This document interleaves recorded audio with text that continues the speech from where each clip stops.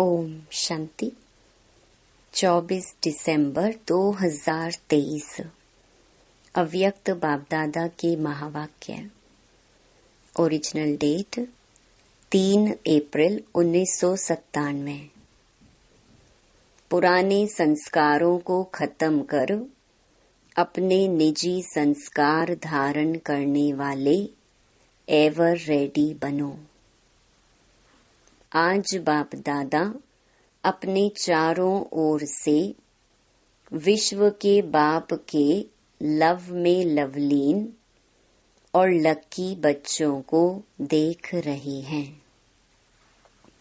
हर एक बच्चे के भाग्य पर बाप को भी नाज है कि मेरे बच्चे वर्तमान समय इतने महान हैं जो सारे कल्प में, चाहे देवता स्वरूप में, चाहे धर्म नेताओं के रूप में, चाहे महात्माओं के रूप में, चाहे पदमपति आत्माओं के रूप में, किसी का भी इतना भाग्य नहीं है जितना आप ब्राह्मणों का भाग्य है। तो अपने ऐसे श्रेष्ठ भाग्य को सदा स्मृति में रखते हो। सदा यह अनहद गीत मन में गाते रहते हो कि वहाँ भाग्य विधाता बाप और वहाँ मुझ श्रेष्ठ आत्मा का भाग्य। यह भाग्य का गीत सदा ऑटोमेटिक बजता रहता है। बाप बच्चों को देख देख सदा हर्षित होते हैं। बच्चे भी हर्षित होते हैं, लेकिन कभी कभी बीच में अपने भाग्य को इमर्ज करने के बजाय मर्ज कर देते हैं। जब बाप देखते हैं कि बच्चों के अंदर अपने सौभाग्य का नशा निश्चय मर्ज हो जाता है, तो क्या कहेंगे? ड्रामा।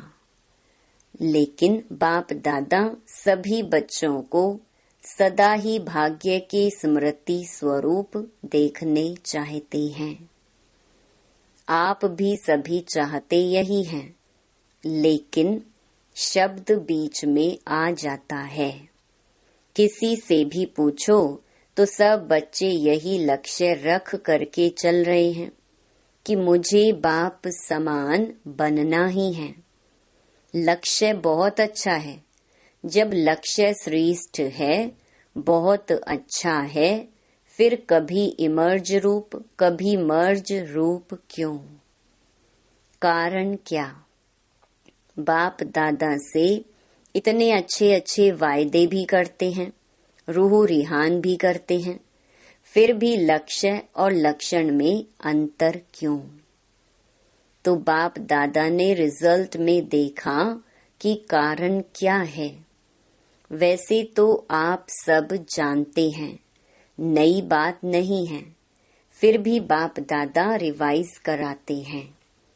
बाप दादा ने देखा 3 बातें हैं। एक है सोचना, संकल्प करना, दूसरा है बोलना, वर्णन करना, और तीसरा है कर्म में प्रैक्टिकल अनुभव में और चलन में लाना, कर्म में लाना। तो तीनों का समान बैलेंस कम है।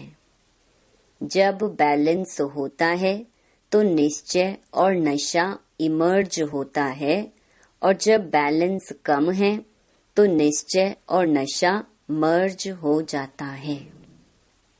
रिजल्ट में देखा गया कि सोचने की गति बहुत अच्छी भी है और फास्ट भी है। बोलने में रफ्तार और नशा वह भी 75% ठीक है। बोलने में मेजॉरिटी होशियार भी हैं, लेकिन प्रैक्टिकल चलन में लाने में टोटल मार्क्स कम हैं। तो 2 बातों में ठीक हैं, लेकिन तीसरी बात में बहुत कम है। कारण जब संकल्प भी अच्छा है, बोल भी बहुत सुंदर रूप में है, फिर प्रैक्टिकल में कम क्यों होता है? कारण क्या जानते हो? हाँ या ना बोलो। जानते बहुत अच्छा है। अगर किसी को भी कहेंगे इस टॉपिक पर भाषण करो या क्लास कराओ तो कितना अच्छा क्लास कराएंगे और बड़े निश्चय नशे फलक से भाषण भी करेंगे, क्लास भी कराएंगे, कराते हैं। बाप दादा सबके क्लासेस सुनते हैं, क्या क्या बोलते हैं, मुस्कुराते रहते हैं। वाह वाह बच्चे वाह। मूल बात है बाप दादा ने पहले भी सुनाया है। यह रिवाइज कोर्स चल रहा है। तो बाप कहते हैं कि कारण एक ही है, ज्यादा भी नहीं है। एक ही कारण है और बाप दादा समझते हैं कि कारण को निवारण करना मुश्किल भी नहीं है, बहुत सहज है। लेकिन सहज को मुश्किल बना देते हैं। मुश्किल है नहीं, बना देते हैं। क्यों? नशा मर्ज हो जाता है। एक ही कारण है। जो भी धारणा की बातें सुनते हो, करते भी हो, चाहे शक्तियों के रूप में, चाहे गुणों के रूप में, धारणा की बातें बहुत अच्छी अच्छी करते हो। इतनी अच्छी करते हो जो सुनने वाले चाहे अज्ञानी चाहे ज्ञानी सुनकर बहुत अच्छा कहकर खूब तालियां बजाते हैं।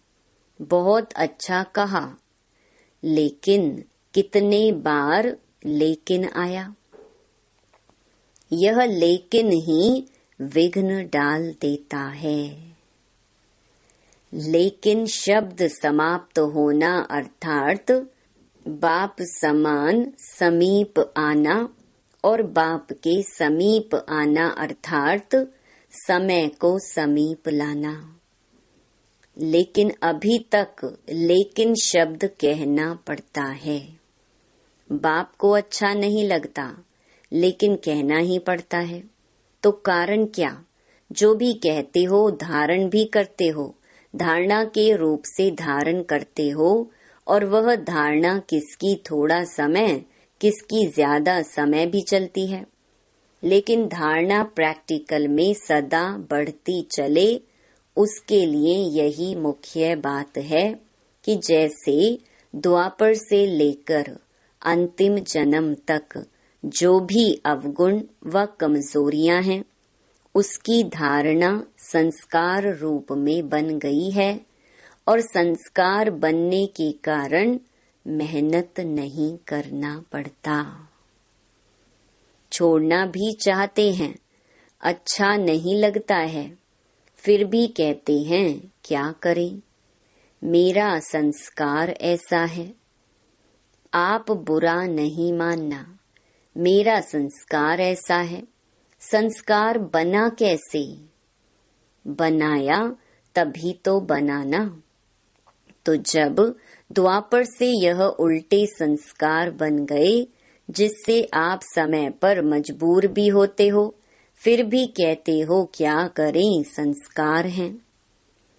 तो संस्कार सहज ना चाहते हुए भी प्रैक्टिकल में आ जाते हैं ना।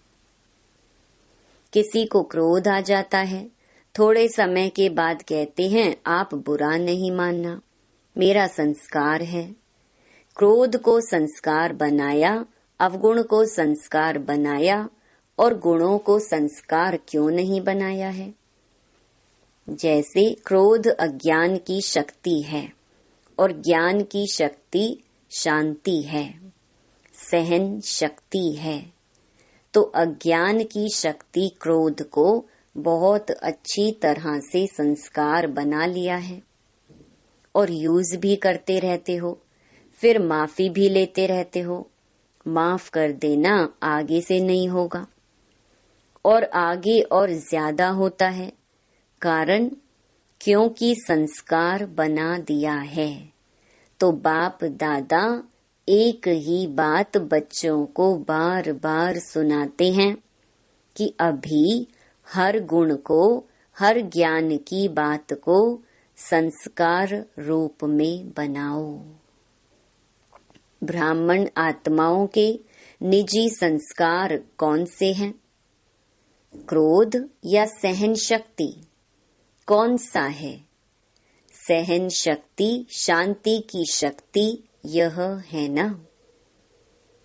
तो अवगुणों को तो सहज ही संस्कार बना दिया, कूट कूट कर अंदर डाल दिया है, जो ना चाहते भी निकलता रहता है। ऐसे हर गुण को अंदर कूट कूट कर संस्कार बनाओ। मेरा निजी संस्कार कौन सा है, यह सदा याद रखो। वह तो रावण की जायदाद संस्कार बना दिया, पराये माल को अपना बना लिया। अब बाप के खजाने को अपना बनाओ। रावण की चीज को संभाल कर रखा है और बाप की चीज को गुम कर देते हो, क्यों? रावण से प्यार है? रावण अच्छा लगता है या बाप अच्छा लगता है? कहेंगे तो सभी बाप अच्छा लगता है, यही मन से कह रहे हैं ना। लेकिन जो अच्छा लगता है उसकी बात निश्चय की शाही से दिल में समा जाती है। जब कोई रावण के संस्कार के वश होते हैं और फिर भी कहते रहते हैं, बाबा आपसे मेरा बहुत प्यार है, बहुत प्यार है। बाप पूछते हैं कितना प्यार है, तो कहते हैं आकाश से भी ज्यादा। बाप सुनकर के खुश भी होते हैं कि कितने भोले बच्चे हैं। फिर भी बाप कहते हैं, बाप का सभी बच्चों से वायदा है कि दिल से अगर एक बार भी मेरा बाबा बोल दिया, फिर भले बीच बीच में भूल जाते हो, लेकिन एक बार भी दिल से बोला मेरा बाबा, तो बाप भी कहते हैं जो भी हो, जैसे भी हो, मेरे ही हो। ले तो जाना ही है।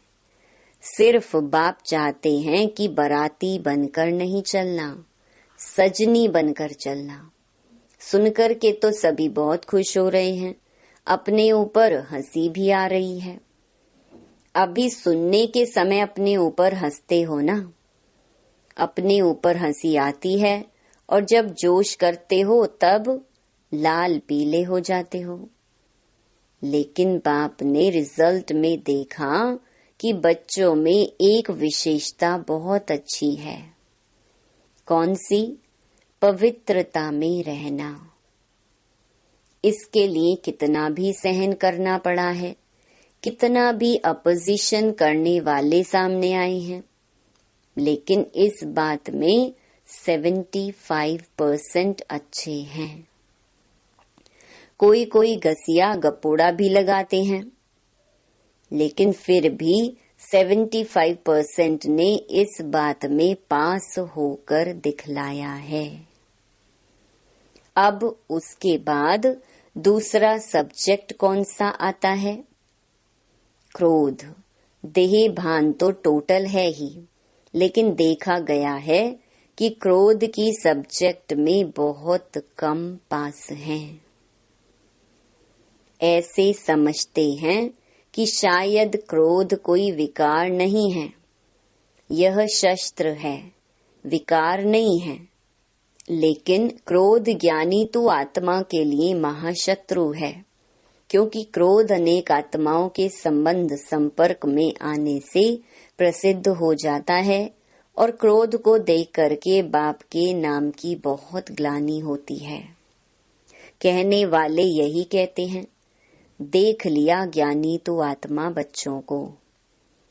क्रोध के बहुत रूप हैं। एक तो महान रूप आप अच्छी तरह से जानते हो, दिखाई देता है यह क्रोध कर रहा है। दूसरा, क्रोध का सूक्ष्म स्वरूप अंदर में ईर्ष्या, द्वेष, घृणा होती है। इस स्वरूप में जोर से बोलना या बाहर से कोई रूप नहीं दिखाई देता है, लेकिन जैसे बाहर क्रोध होता है तो क्रोध अग्नि रूप है ना। वह अंदर खुद भी जलता रहता है और दूसरे को भी जलाता है। ऐसे ईर्ष्या, द्वेष, घृणा यह जिसमें है वह इस अग्नि में अंदर ही अंदर जलता रहता है। बाहर से लाल पीला नहीं होता। लाल पीला फिर भी ठीक है, लेकिन वह काला होता है। तीसरा क्रोध की चतुराई का रूप भी है। वह क्या है? कहने में समझने में ऐसे समझते हैं व कहते हैं कि कहाँ कहाँ सीरियस होना ही पड़ता है, कहाँ कहाँ लौ उठाना ही पड़ता है कल्याण के लिए। अभी कल्याण है या नहीं वह अपने से पूछो।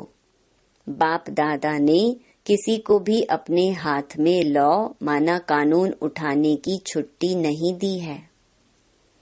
क्या कोई मुरली में कहा है कि भले लॉ उठाओ, क्रोध नहीं करो? लॉ उठाने वाले के अंदर का रूप वही क्रोध का अंश होता है। जो निमित्त आत्माएं हैं वह भी लॉ उठाते नहीं हैं, लेकिन उन्हों को लॉ रिवाइज कराना पड़ता है। लॉ कोई भी नहीं उठा सकता, लेकिन निमित्त हैं तो बाप द्वारा बने हुए लॉ को रिवाइज करना पड़ता है। निमित्त बनने वालों को इतनी छुट्टी है, सबको नहीं।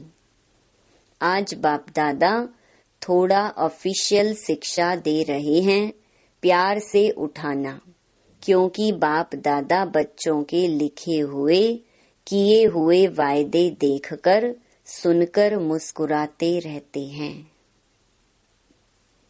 अभी बाप दादा ने जो सुनाया कि हर गुण को निजी संस्कार बनाओ, अंडरलाइन किया, तो अभी से यह कहना कि शांत स्वरूप में रहना, सहनशील बनना, यह तो मेरा संस्कार बन गया है।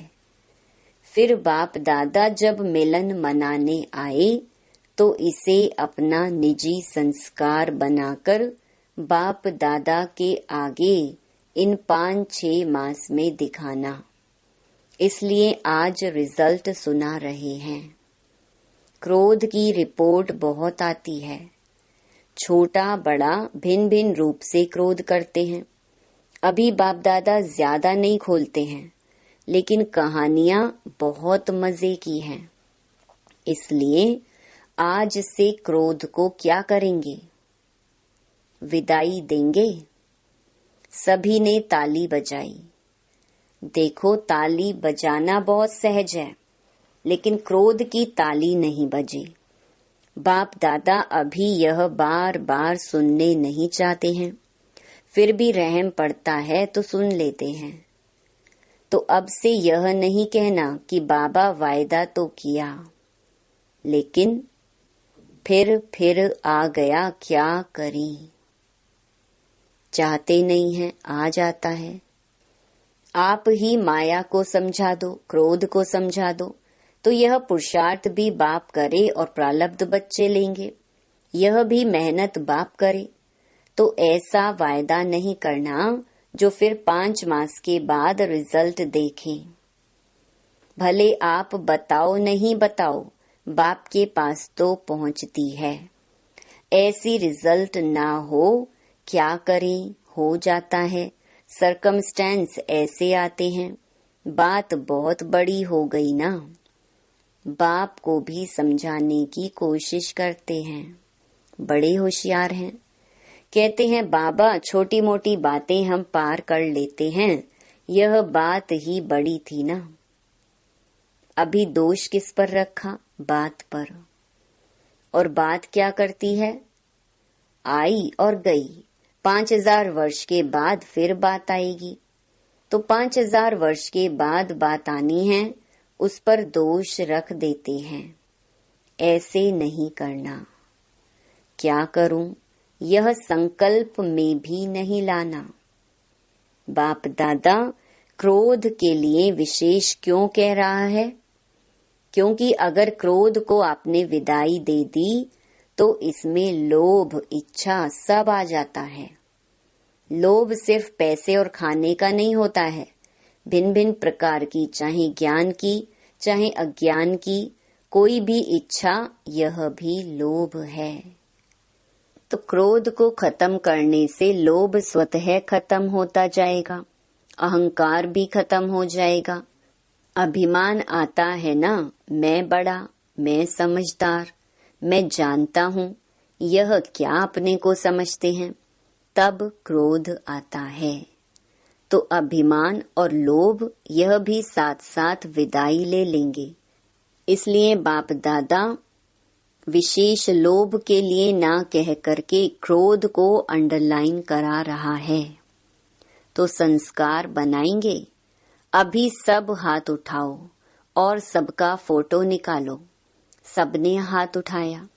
अभी थोड़ी सी मुबारक देते हैं, बहुत नहीं, और जब फिर से रिजल्ट देखेंगे फिर वतन के देवताएं भी, स्वर्ग के देवताएं भी आपके ऊपर वाह वाह के पुष्प गिराएंगे। आज से हर एक अपने में देखे, दूसरे का नहीं देखना।